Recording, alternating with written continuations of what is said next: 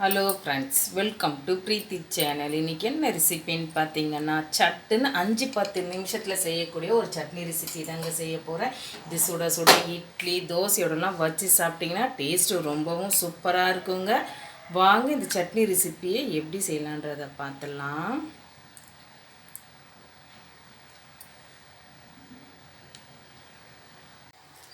சட்னி செய்ய பார்த்தீங்கன்னா, stove on பண்ணி கடாய் வச்சுருக்கேன். 2 ஸ்பூன் அளவுக்கு நம்ம எண்ணெய் சேர்த்துக்கலாம்.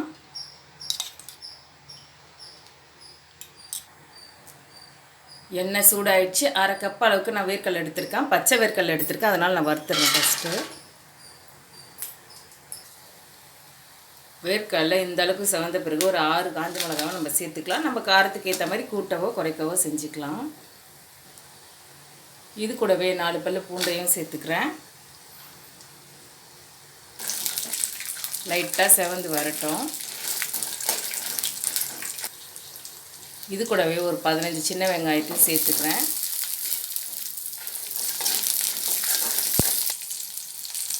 சின்ன வெங்காயம் காஞ்ச மிளகாய் எல்லாம் இந்தளவுக்கு வதங்கின பிறகு கருவேப்பிலை இது கூடவே சேர்த்துக்கலாம். கருவேப்பிலையை சேர்த்து வதக்கிட்டு சட்னி அரைக்கும் போது இந்த சட்னி ரொம்பவே சூப்பராக இருக்குங்க.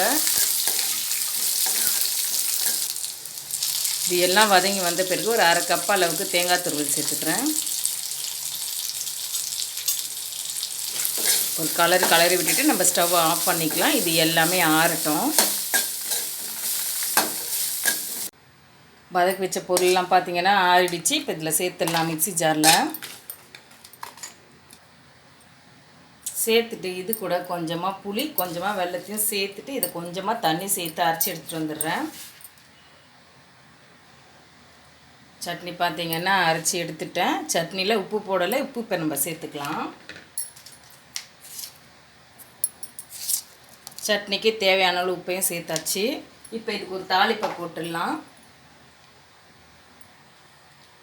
அதே கடாயில் நம்ம சட்னியை தாளிச்சிக்கலாம். ஸ்டவ் ஆன் பண்ணி கடாயை வச்சுட்டேன். 2 ஸ்பூன் அளவுக்கு ஆயில் சேர்த்துக்கிறேன். எண்ணெய் சூடாகிடுச்சு. 1 ஸ்பூன் அளவுக்கு கடுகு உளுத்தம் பருப்பு சேர்த்துக்கிறேன். கடுகு உளுத்தம் பருப்பு பொரிஞ்சு வந்த பிறகு ஒரு வரமிளகாவை கிள்ளி சேர்த்துக்கிறேன். கூடவே கருவேப்பிலையும் சேர்த்துட்டு இது நல்லா செவந்து வரட்டும். எல்லாம் ஒன்று சேர்ந்து பொரிஞ்சு வந்துடுச்சு. அரைச்சி வச்சுருக்க சட்னி இதோட சேர்த்துடுறேன்.